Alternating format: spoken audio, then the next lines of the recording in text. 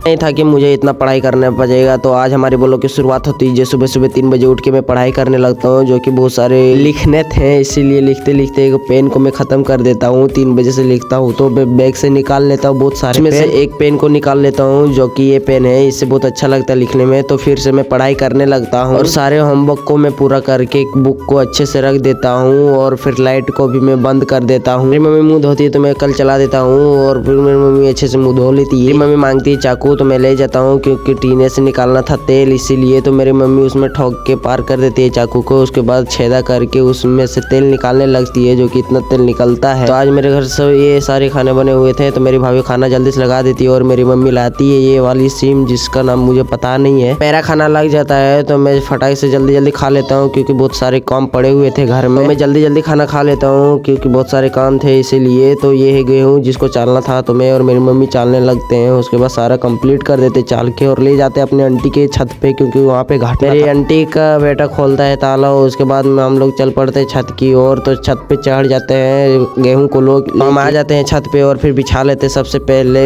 बेलशीट को। उसके बाद फिर उसमें डालते हैं गेहूं को, उठा के घाटना था इसीलिए। तो सारे और को अच्छे से फैला के उसमें डाल देता हूँ और फिर हाथ से भी फैला देता हूँ, क्योंकि जल्दी सूखा जाते हैं, क्योंकि जुताई करना था इसीलिए। तो ट्रैक्टर चलने लगता है। उसके बाद फिर हमारे आ जाते हैं अपने खेत में और फिर तोड़ देते हैं पत्ते, क्योंकि जल्दी जल्दी पेड़ बढ़ेंगे इसीलिए। तो फाइनली हमारा खेत जुताई के रेडी हो जाता है।